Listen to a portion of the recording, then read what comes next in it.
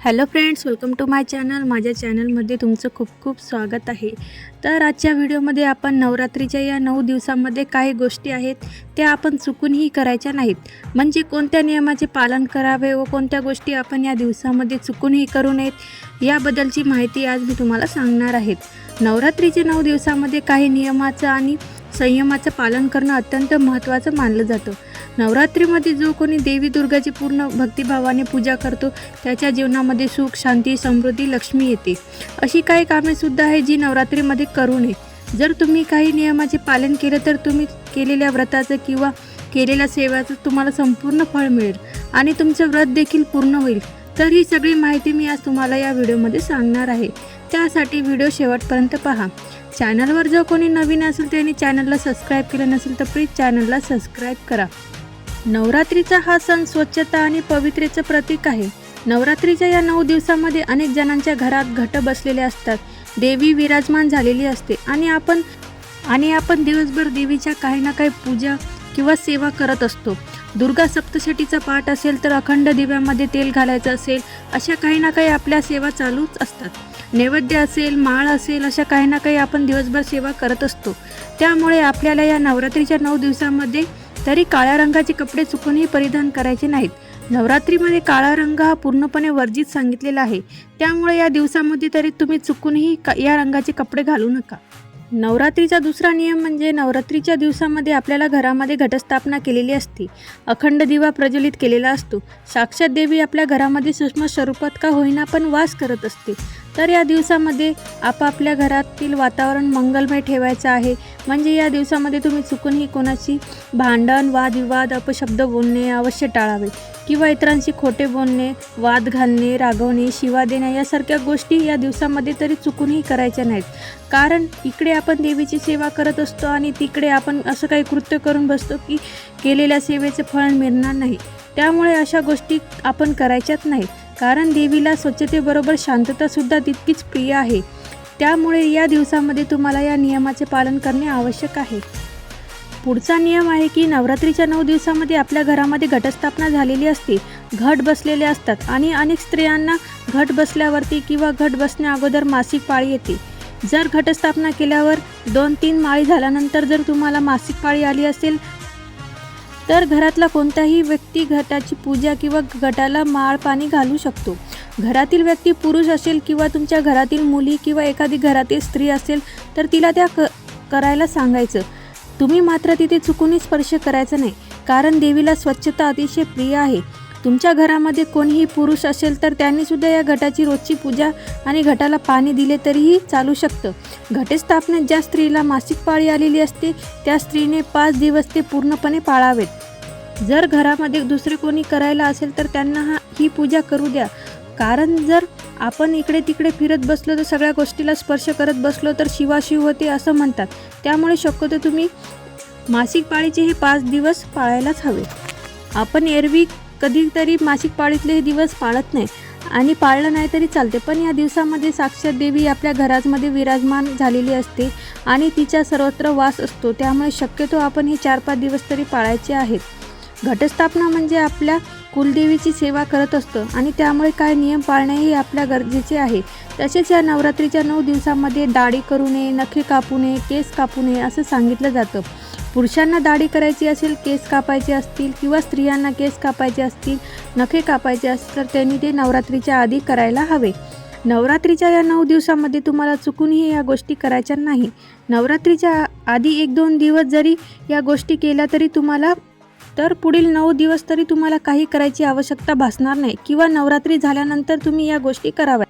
पुढचा नियम सांगायचा झाला तर बघा, या नवरात्रीच्या 9 दिवसामध्ये आपल्या दारामध्ये कोणी गाय, कुत्री, मांजरी कोणी आलं असेल तर त्यांना थोडंसं का होईना पण काहीतरी खायला द्यावं. त्याचबरोबर किंवा एखादी अनोळखी व्यक्ती आली असेल, त्यामध्ये सवासीन असेल, कुमारिका असेल तर त्यांनासुद्धा तुम्ही काही ना काही द्यायला हवं. मग ते तुम्ही एखादं फळ देऊ शकता, दूध देऊ शकता, चहा पाणी किंवा हातावर थोडीशी साखर दिली तरी चालेल. या दिवसामध्ये देवी सर्वत्र वास करत असते आणि देवी कोणत्या ना कोणत्या स्वरूपात आपल्या घरामध्ये येईल हे सांगता येत नाही. त्यामुळे आपल्याला कोणालाही रिकाम्या हाताने पाठवायचं नाही आणि त्यातल्या त्यात एखादी सवासीन स्त्री असेल, घरी आली असेल तर तिलासुद्धा आल्यावर हळदी कुंकू लावून हातावरती थोडीशी साखर द्यावी. तर हा सुद्धा नियम तुम्ही नवरात्रीत पाळायला पाहिजे. तसेच या नवरात्रीच्या कालावधीमध्ये तुम्हाला ब्रह्मचर्याचे सुद्धा पालन करायला सांगितले आहे. या 9 दिवसामध्ये आपण ब्रह्मचर्य सुद्धा पाळले पाहिजे. पुढचा नियम सांगायचा झाला तर नवरात्रीच्या 9 दिवसामध्ये आपण प्रत्येकाच्या घरी अखंड दिवा लावलेला असतो आणि अखंड दिवा लावलेला असताना कोणीही कुठे घराला कुलूप लावून जायचं नाही. कोणाला कामानिमित्त बाहेर किंवा प्रवासासाठी जायचं असेल तर घरी एखादी तरी व्यक्ती असायला हवी, कारण आपण अखंड ज्योत पेटवलेली असते आणि ती अखंड ज्योत कोणत्याही कारणाने 9 दिवस विझू नये याची विशेष काळजी घ्यावी लागते. आणि तुम्ही जर जॉब करत असाल, तुम्हाला जॉबवरती जावं लागत असेल तर सकाळी जाऊन संध्याकाळी परत येणार असाल तर सकाळी जाण्यापूर्वी दिव्याची थोडीशी वात मोठी करावी. दिव्यामध्ये योग्य त्या प्रमाणात तेल घालावं आणि मग तुम्ही जाऊ शकता. संध्याकाळी आल्यानंतर मात्र स्वच्छ हातपाय धुवूनच आपल्याला त्या दिव्यामध्ये तेल घालायचं आहे. हा नियम तुम्ही अवश्य पाळायचा आहे. किंवा तुम्ही कुठूनही बाहेरून आल्यावर हातपाय धुवूनच आपल्या त्या दिव्यामध्ये योग्य प्रमाणात तेल घालायचं आहे. ज्यांनी नवरात्रीचे 9 दिवसाचे उपवास धरलेले आहे त्यांनी शक्यतो दिवसा झोपणे टाळावे. उपवास करणाऱ्या व्यक्तीने अंथरुणाऐवजी जमिनीवर झोपावे. जर तुम्ही जमिनीवर झोपू शकत नसला तर तुम्ही चटईवर झोपू शकता. मात्र तुम्ही झोपेसाठी पलंग आणि गाद्याचा वापर पूर्णपणे टाळला पाहिजे. 9 दिवस गादीशिवाय झोपा. त्याचबरोबर नवरात्रीच्या 9 दिवसामध्ये चामड्याच्या वस्तू वापरल्या नाही पाहिजे. मग ती चप्पल असो, पर्स असो किंवा बेल्ट असो, कोणतीही वस्तू असो आपल्याला नवरात्रीच्या 9 दिवसामध्ये चुकूनही वापरायच्या नाहीत. पुढचा नियम हे आहे की या दिवसामध्ये धूम्रपान, मांसाहार, मद्यपान, पूर्णपणे कोणतेही व्यसन असो पूर्णपणे आपल्याला टाळायचे आहे. मग एखाद्याच्या घरात एखाद्या व्यक्तीला उपवास असला तरी बाकीच्यांनी सुद्धा या नियमाचे पालन मात्र आवश्यक करणं गरजेचं आहे. या 9 दिवसामध्ये तुम्ही मांसाहार मात्र चुकूनही करू नका. पुढचा नियम असा आहे की या नवरात्रीच्या काळामध्ये खास महिलांचा अनादर करू नये. अर्थात नेहमीच महिलाचा आदर केला पाहिजे. मात्र या दिवसामध्ये विशेष काळजी घ्यावी, कारण नवरात्र हा एक सण आहे ज्यामध्ये दुर्गा देवीच्या 9 रूपाची पूजा केली जाते. त्यामुळे हा सण आपल्या सभोवतालच्या महिलाचा आदर करणारा असावा. आता बऱ्याच लोकांना प्रश्न पडतो की नवरात्रीमध्ये कांदा लसूण खावे की नाही.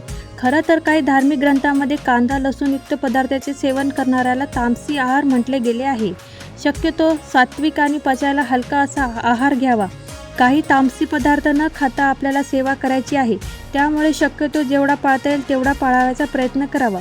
पण नैवेद्यासाठी जर तुम्ही काही पदार्थ बनवत असाल तर त्यामध्ये मात्र कांदा लसूण चुकूनही टाकू नका, कारण दुर्गा मातेला तुम्ही जे काही अर्पण करता त्यात कांदा लसूणचा मात्र चुकूनही समावेश नसावा.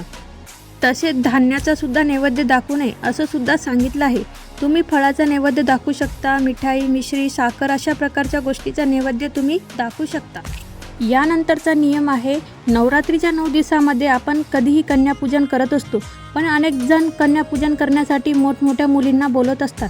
तसं न करता 1 ते 7 वर्षाच्या किंवा 9 वर्षाच्या मुलीपर्यंत तुम्ही बोलू शकता. ज्यांना अजून मासिक धर्म चालू झालेला नसतो तर त्यांना आपण कुमारिका म्हणून पूजायचं आहे. यानंतरचा नियम म्हणजे नवरात्रीच्या पहिल्या दिवशी आपण घट बसवलेला असतो. मातीचा कलश आपल्याला 9 ते 10 दिवस तरी चुकूनही हलवायचा नाही. कलश आणि जो अखंड दिवा पण लावलेला असतो तो 9 ते 10 दिवस अजिबात हलवायचा नाही. त्याचबरोबर जे आपल्या घरामध्ये टाक असतात ते टाक विड्याच्या पानावर ठेवलेले असतात. पहिल्या दिवशी सर्व देवांना स्नान घालून त्याची पूजा करून ते विड्याच्या पानावरती स्थापन केलेले असतात. तर ते डायरेक्ट आपल्याला दसऱ्याच्या दिवशी पुन्हा त्यांना स्नान घालून पूजा करायची असते. मात्र त्याआधी तुम्ही ते चुकूनही हलवायचे नाही, कारण देव हे नवरात्रीच्या 9 दिवसामध्ये घटी बसलेले असतात असं म्हणतात. आणि घटावरती जो नारळ ठेवलेला असतो तो सुद्धा नारळ दसऱ्याच्या दिवशी काढून फोडून खावावा. त्याआधी मात्र तुम्ही हा नारळ काढू नये. बाकी मग त्यामध्ये उगवलेले धान्य किंवा ठेवलेला कलश आपल्याला दसऱ्यापर्यंत चुकूनही हलवायचा नाही. जर आपण या नवरात्रीमध्ये योग्यरित्या काळजी घेतली तर त्यातील धान्यसुद्धा चांगले होतात आणि धान्यामध्ये सुद्धा जास्त भर आली तर आपल्या घरात सुख समृद्धी लाभते असं मानलं जातं. माहिती आवडल्यास माझ्या चॅनलला नक्की सबस्क्राईब करा, जेणेकरून माझे येणारे नवीन व्हिडिओ तुम्हाला बघायला मिळतील. धन्यवाद.